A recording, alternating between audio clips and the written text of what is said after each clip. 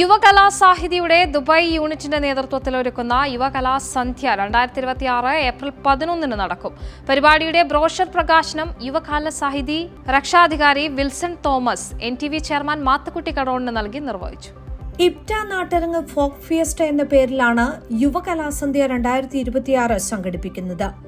April 11 ശനിയാഴ്ച വൈകിട്ട് 6 folklore തിയേറ്ററിലാണ് പരിപാടി. യുവകലാസാഹിതി എല്ലാ വർഷവും അണിയിച്ചൊരുക്കുന്ന വളരെ ഗംഭീരമായ പരിപാടിയാണ് യുവകലാസന്ധ്യ. ഈ വർഷവും യുവകലാസാഹിതി ദുബായ് യൂണിറ്റ് യുവകലാസന്ധ്യ 2026 അണിയിച്ചൊരുക്കുകയാണ്.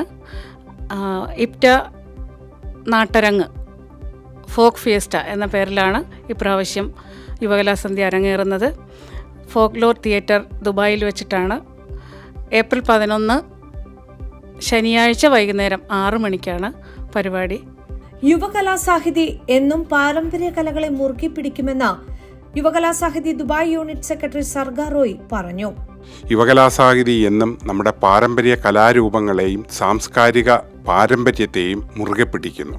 അതിൻ്റെ ഭാഗമായിട്ട് ആ ഉത്തരവാദിത്വം പൂർണ്ണമായ അളവിൽ നിർവഹിക്കുന്നതിന് വേണ്ടിയിട്ട് ഞങ്ങൾ ഇത്തവണ കൊണ്ടുവരുന്നത് ഇപ്റ്റ നാട്ടരങ്ങാണ്. നിങ്ങൾ ഓരോരുത്തരെയും സഹർഷം സ്വാഗതം ചെയ്യുകയാണ് ഇപ്റ്റയുടെ ഈ കലാസബരിയയിലേക്ക്.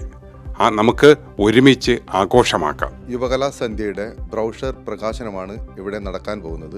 യുവകലാസാഹിതിയുടെ രക്ഷാധികാരി വിൽസൺ തോമസ് NTVയുടെ ചെയർമാൻ മാത്തുക്കുട്ടിക്ക് നൽകിക്കൊണ്ട് നിർവഹിക്കുന്നു.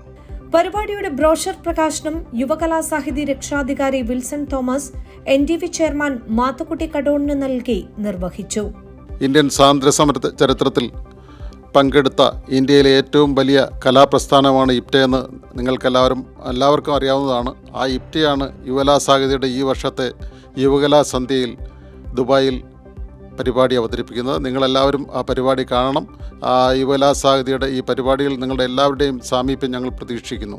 Yuvakalasahithi UAE vice president Aji Kannur, Yuvakalasandhya 2026 chairman Roy Nellikode, joint convener Sherit Peter, treasurer Akshaya Santhosh എന്നിവർ ചടങ്ങിൽ സംബന്ധിച്ചു.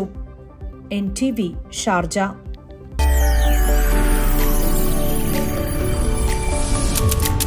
NTV UAE to the world.